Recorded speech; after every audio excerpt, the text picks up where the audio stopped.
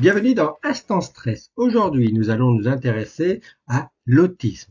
Alors, l'autisme, c'est ce qu'on appelle un trouble du neurodéveloppement ou TND. Dans les médias, sur les réseaux sociaux, vous pouvez lire ici et là, y compris par des psychanalystes et y compris par la psychanalyste Caroline Goldman, très connue, qui vous dira que les TND n'existent pas. Eh bien, la science, et je vais vous l'expliquer pourquoi, dit bien que les TND, les troubles du neurodéveloppement, existent et ça ne relève pas de la psychanalyse. Alors, les TND, ça concerne à peu près une personne sur 6 dans le monde. Environ 17% du monde est concerné par de l'autisme et les autres troubles du TND.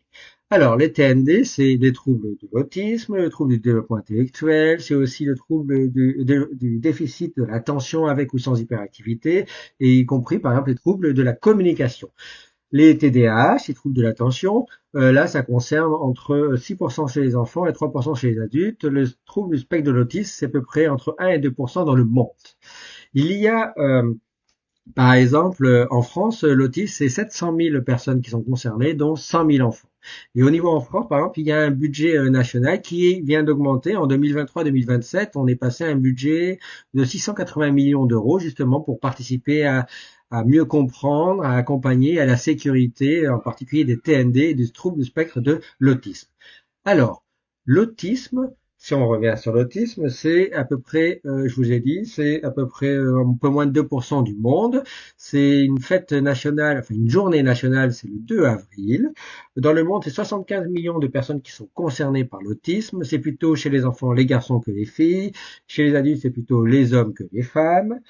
Et quand on revient à l'autisme, il faut savoir qu'il y a de nombreuses associations, y compris en France, qui participent à la sécurité, à l'accompagnement, à la diffusion des savoirs et à la compréhension en faisant des tables rondes et qui s'intéressent à l'autisme. Et par exemple, moi, je suis l'un des parrains de cœur de l'association qui s'appelle Approche Globale Autisme, qui est fondée et présidée par Corinne Bacula et qui fait justement tous les ans des tables rondes et beaucoup de communication, y compris dans les médias, pour sensibiliser et accompagner sur l'autisme. Alors, d'un point de vue recherche, comme je vous l'ai dit, la science dit bien que les TND existent, y compris le spectre de l'autisme. On dit spectre de l'autisme parce qu'il y a une dizaine de formes de l'autisme. Au niveau de cet autisme, on sait qu'il y a à peu près, alors on a plus de 74 000 publications scientifiques qui tournent autour du spectre de l'autisme. On n'a toujours pas trouvé la cause exacte ni le traitement d'accompagnement parfait pour le spectre de l'autisme. Alors, par contre, on sait que c'est une cause multifactorielle. Tout d'abord, génétique. Génétique, il faut savoir que ça concerne notre ADN, notre patrimoine génétique. Notre ADN, par exemple, c'est un grand livre fait de 4 lettres, A, T, C, G, en des milliards de copies. Nous, par exemple, notre patrimoine génétique à nous, c'est 3,2 milliards de ces lettres, mis dans un ordre particulier qui existe en double, en copie. Alors, d'autres organismes vivants ont leur propre ADN avec ces 4 lettres mises dans un ordre différent. C'est ce qui fait qu'on est humain, on est un autre animal, ou on est une plante ou un oiseau, par exemple. Alors, cet ADN, ces petites lettres, elles peuvent varier, elles peuvent faire des mutations qui donnent des maladies génétiques ou varier. On appelle ça des prédispositions. Et quand elles varient, elles font des prédispositions. Eh bien, cet autisme, ces spectres de l'autisme sont associés à un certain nombre de variations génétiques. Donc, on a un certain nombre de gènes qui seraient impliqués dans le spectre de l'autisme. Et puis, cet ADN, il peut être influencé par notre environnement, par notre pollution, par notre alimentation. Quand il est influencé, il fonctionne un petit peu différemment, il s'exprime différemment. On appelle ça le monde de l'épigénétique. Et bien, l'épigénétique est un contributeur du spectre de l'autisme. Et enfin, troisième cause multifactorielle, c'est l'environnement. Les pollutions, les infections. Les infections peuvent concerner éventuellement les enfants, éventuellement les mamans. Et donc, vous voyez, c'est beaucoup plus compliqué que dire il existe une seule cause et pour ce trouble. Non, c'est multifactoriel.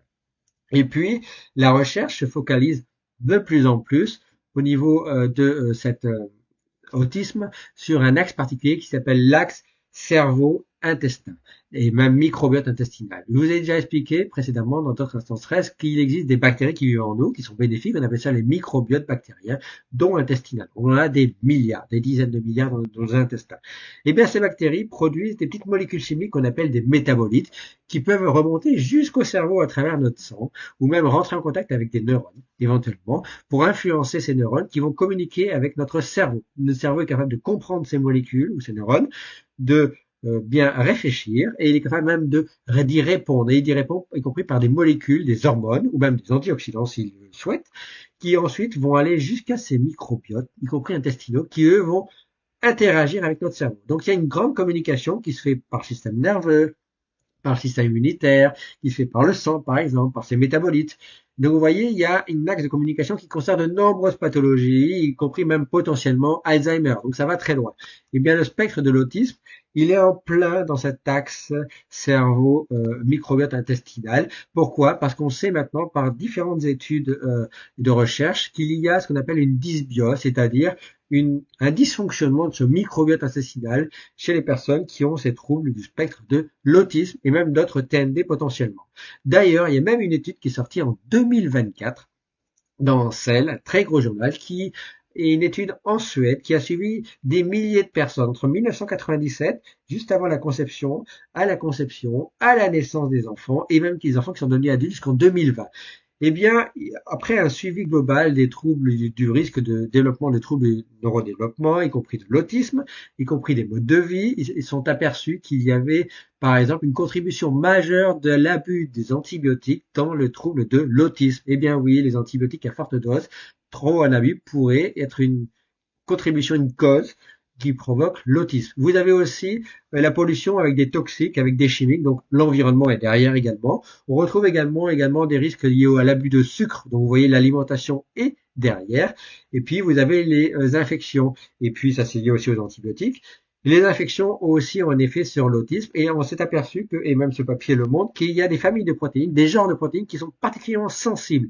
Même c'est le genre particulier qui est ultra résistant aux antibiotiques, qui est potentiellement dérégulé dans les spectres de l'autisme et dans les troubles du neurodéveloppement en général. On appelle ça le genre bactéroïde. On sait par exemple qu'il y a des bonnes bactéroïdes qui sont les coprococcus qui eux chutent beaucoup par exemple dans l'autisme et d'autres qui sont les citrobactères qui sont des bactéroïdes plutôt dangereuses, pas bénéfiques, qui elles augmentent dans le spectre de l'autisme. Donc vous voyez, maintenant la recherche va cibler les bactéroïdes et ce type de bactéries en particulier pour mieux les comprendre dans le spectre de l'autisme et dans les microbiotes intestinaux et même dans les troubles du développement dans le cerveau et même des neurones. Donc vous voyez, c'est pas aussi simple. Alors un des piliers, y compris que toutes les associations sur l'autisme développent et parlent beaucoup, c'est l'alimentation. Alors les associations, elles parlent beaucoup et elles sensibilisent beaucoup à l'accompagnement de l'autisme, que ce soit interaction sociale, les rendez-vous médicaux, avec des packs des casques pour écouter la musique par exemple, avec des badges qui permettent de comprendre les personnes si elles se sont perdues, qui elles sont et leurs troubles du spectre de l'autisme, de les identifier. Vous voyez, il y a plein d'accompagnements, mais aussi l'alimentation. Alors, par contre, vous pouvez entendre que beaucoup dans les médias, oh oui, peut-être qu'il faut supprimer le gluten, peut-être qu'il y a une relation avec la maladie cœliaque, l'inflammation des intestins, peut-être qu'il faut supprimer tel ou tel aliment, faire un tel ou tel régime. Non, c'est pas aussi simple que ça. Il y a des gens qui vont dire que certains ça fonctionne, si d'autres ça ne fonctionne pas. Moi, je pense que c'est plutôt une approche qui sera plutôt personnalisée entre l'alimentation et peut-être même des molécules qui un jour arriveront grâce éventuellement à la médecine ou aux recherches médicales pour accompagner et traiter justement ces troubles du neurodéveloppement dans le spectre de l'autisme. Alors, il y a par exemple un bon courant, ça qui m'intéresse beaucoup, c'est un courant qui est également porté par un médecin psychiatre qui est spécialiste en nutrition émotionnelle, qui s'appelle Guillaume Font, qui lui parle beaucoup de la psychonutrition. Alors dans la psychonutrition, en fait, c'est à peu près ce que je vous ai déjà parlé dans différents instants stress, c'est on revient à une alimentation saine et équilibrée, avec plus de fruits, plus de légumes, plus de fibres, on diminue les sucres, les produits transformés, ultra transformés, on fait attention à l'abus de sucre, de sel et de gras. Donc vous voyez, il en mange plus de graines, par exemple, donc et de noix. Donc vous voyez, ces courants-là, il est en train d'expliquer qu'il faut revenir à une alimentation saine pour avoir un cerveau en bonne santé, pour avoir un microbiote en bonne santé, éventuellement traiter cette dysbiose. Et si on a un cerveau et un microbiote qui communiquent bien, en bonne santé, dans un bon bien-être, probablement, potentiellement, ça contribue à améliorer tous les signes du trouble du neurodéveloppement, y compris le spectre de l'autisme. Alors, tout n'est pas aussi simple, tout n'est pas aussi clair, ça mérite encore beaucoup de recherche médicale. Je vous en reparlerai dans prochain Instant Stress quand il y aura d'autres découvertes. En attendant, maintenant, vous savez presque tout sur l'autisme. Si vous intéresse à vous intéresser également à toutes les associations de l'autisme, si vous voulez également contribuer par des dons pour les aider. C'est une grande cause qui nécessite beaucoup de soutien.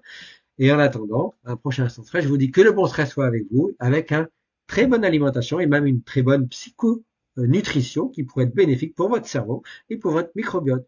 Voilà. Ciao, ciao.